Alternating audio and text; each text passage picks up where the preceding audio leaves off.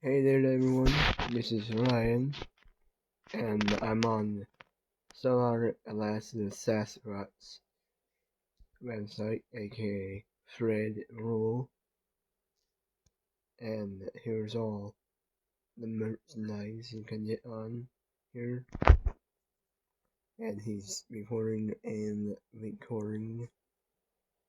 Sasquatch little maple encounters from Alaska, only in Alaska, and then his new home, there's that Alaskan Sasquatch encounter videos, and there's the map and you can look around in Alaska only. Go down to the last one. Here's these.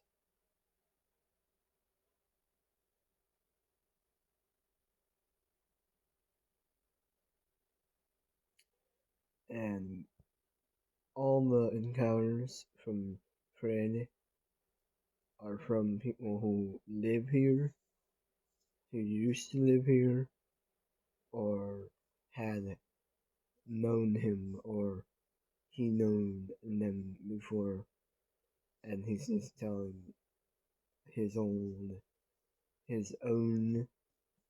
encounters with the people he knows, but doesn't put names out. Some, yes, but not all. And if you want to live your encounter, your Alaskan encounter of Bigfoot, Sasquatch, Hairy Man, Nazgûl, or Yukiothira, or whatever that last one is called, it, in the area here of Alaska, and we will notice in the maps area as soon as I pass through all of these. Ooh, Thomas. Those are the good ones. But then here are all of them. And actually how I, well, not met, but how I found Fred's channel.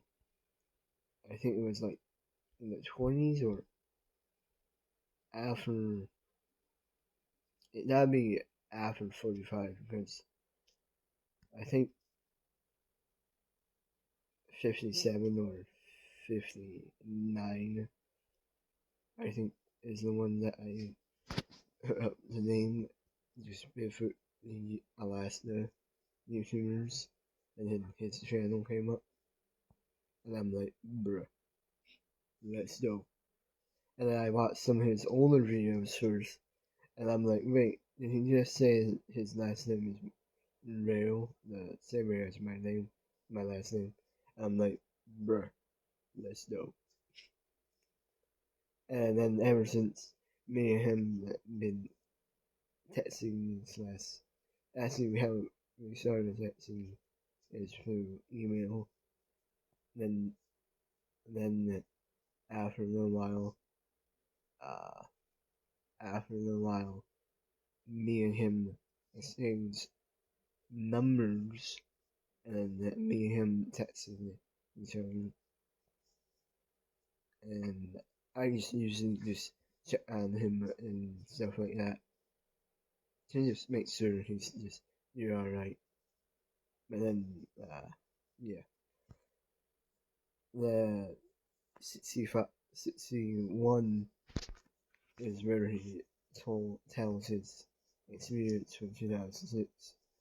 There's the picture drawing, and there's the right here where the Alaskan Sasquatch encounter videos behind the words. That's what it is right there. Yes, that, but then I think editing it to look like different looking, but I don't know.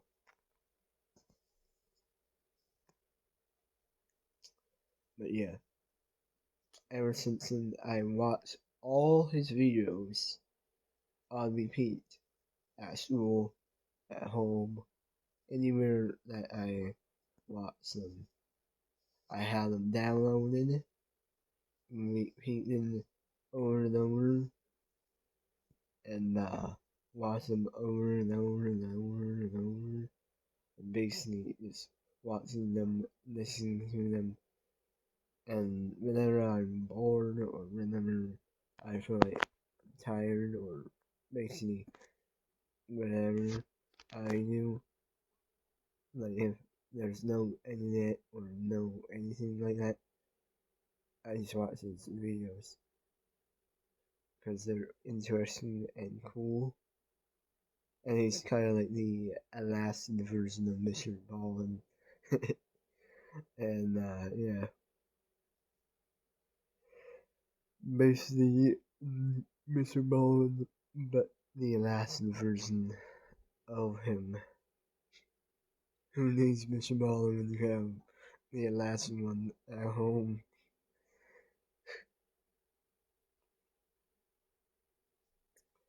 But yeah, what I'm trying to say is he tells encounters like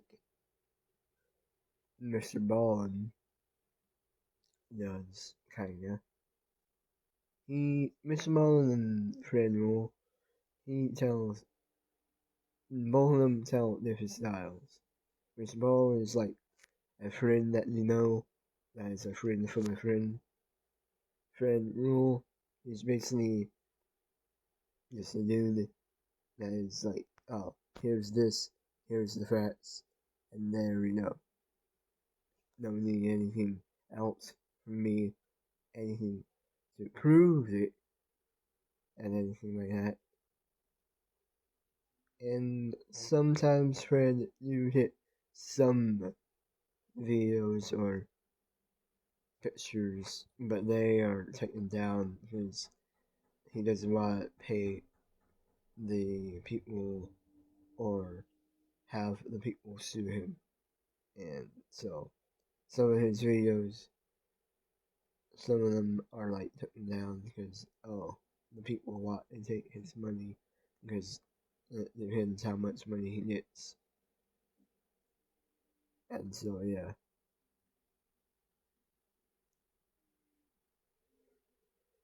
But here are all. Here these are 1 through 129.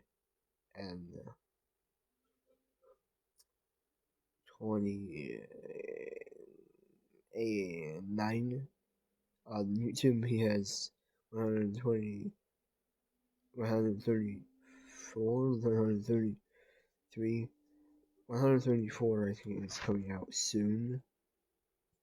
I don't know, man. I just like the funny thing is, I'm like, oh, friend, can you do this? And sometimes he's like, yeah, sure, you can, I can, stuff like that. And whenever I'm asking him something personal, sometimes he answer, sometimes he doesn't. But I just don't ask, and then sometimes I just forget what I asked him a long time ago, and I ask him, and then he's like,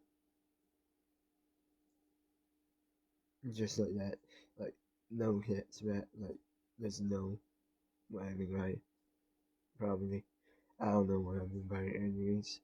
But there's the encounters, then there's those maps, and the maps on me are really weird because they always go out to like this far. But we're around here, Osceola, Palmer, Fairview, Bay Lake, Melon Lakes, Houston. Thing is,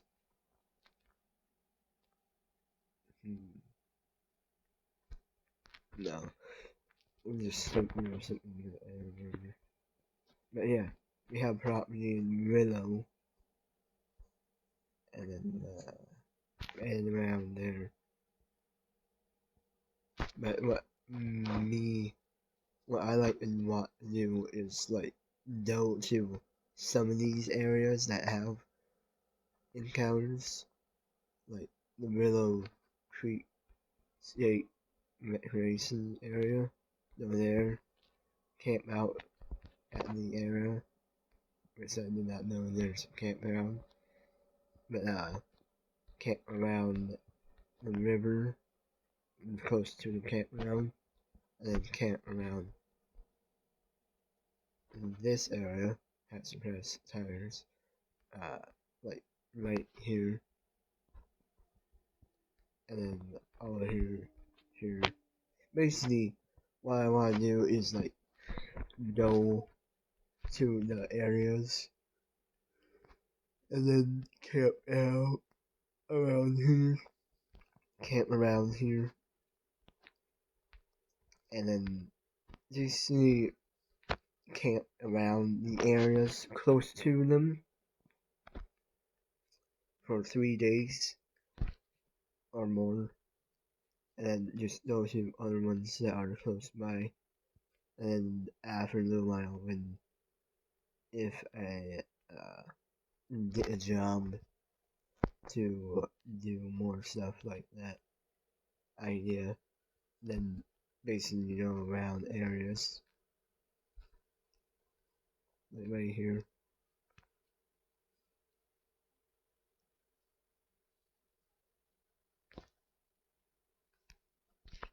But yeah, basically go around the areas closer to me, like in Wasilla. I can go, me and my family can camp out like right here, and then next to these two, and then me and my family can go up to here, go to a hotel, like basically anywhere here I can go, me and my family can go camp out around here, and then up to Fairbanks, and then the areas around there, and then all the other places like these around Dillingham and Bristol Bay, around that area later on in the future.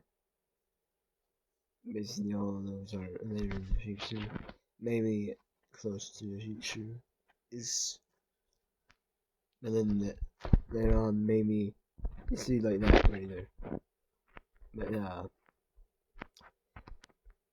I was wondering maybe me and Fred, and then some of Fred's friends and my friends could do stuff where we could like go to some of these places in like 2026, 2025, around that area of the year or later, and then just camp down 6 miles away from the encounters that are like far, far away in Bristol Bay and Dillingham area and around here. And then basically go around there and boom. And then the about here, you know. So, Fredville, tribal council member from Dillingham, Alaska. This site is dedicated to recording of Alaskan Harriman encounters. This is a issue I take seriously and not lightly. I am not going to judge anyone's encounter or offer expert opinions. I don't feel anyone is an expert. However, there are some legitimate researchers. I want a place for Alaskans to get information about areas they might go hunting, fishing, or camping, even if the information is not affected by anyone. If it helps one person, then it's successful. To understand that 500 to 2,000 people go missing each year up here in Alaska. Not all, not all are Sasquatch/Hammerman related, however, even if one is, it's too many. We're up in Alaska. Hammerman encounters are not uncommon. On many occasions, I, like so many here, are experienced streams, street shakes, rock throwing, and other such behaviors. They are part. They're part of our culture, no different than moose and bears. In 2006, I have a terrifying experience with two relatives where we were trapped in the remote cabin by 5 hairy men. I recount that experience here. And then the episode 61 is where he has it happen. And if you want to see it for yourself, you can. I will put a link in the Switzerland chat in the comments to let you know where that is. And then if you go to about contact, if you'd like to send an encounter, please email to AlaskanHairymanProject@gmail.com. Up front in the email, please specify location as close as you completely can, the type of the encounters, the year, month, and degree of the encounter, not throwing, screaming, tweeting, etc. Please also keep in mind that while there's many encounters in the lower 48 states and around the world, this site dedicated to Alaskan encounters only. Granted, will never share your encounter without your permission and without contacting you. So yeah, basically, if you want to tell him something, you have to text him and then call him or email him. And then now if we go on to on-site media, some of these pictures right here, thank you friend and Dave for posting these pictures. And yes, I did it, like, the time when this happened was like a week or like some time ago. And I'm like, oh, hey, friend, blah, blah, blah. And he's like, hey, there's the awards dancing, and I was outside trying to get a good picture. And I'm like, Michael Swiss. Michael and Swiss are my brothers. Michael's from 2000, Swiss is 2001, when they were born. And I'm like, Michael Swiss, blah, blah, blah. Look outside, they're bright, blah, blah, blah. And then they're like, and blah, blah, blah. And they didn't really believe me until I turn all the lights off. And then they're like, bruh, that's cool. And there's the red, that red thing is a enclosed tower that my dad has. And the fair sheet also is old. And here's stuff of Alaska. So, from the video from Fred, where him and Romoy Mendes and Larry Beans Batcher went out and go on to this island that was owned by someone on the Kenai Peninsula. They go out, Fred goes out 2 times, probably, I think 2 times. And then some of the foods got corrupted and stuff, doesn't know why, but some of the footage is still corrupted, and some time ago, before the Gulf of Mexico and the auroras, there's some images from around the area of some places, and all of them are really good looking, not that bad looking. And then here's Kenai River Trip. And then bears. Beware, aware. The thing is, every time there's videos of people talking about, oh, national parks keep stuff in, national parks do this. Well, what I think is that probably a theory, probably not a theory, probably just something that I'm thinking of, that national parks keep stuff in to themselves that is out there doesn't get hurt. And when people go missing around national parks in the lower 48 and some stuff up here, it's not usually bears, maybe Bigfoot, Sasquatch, Harriman, other types of cryptids, and all that. And so that's there. And then there's, that's all from this thing. Sorry if I'm yawning so much because I just woke up. Legit, I woke up so late.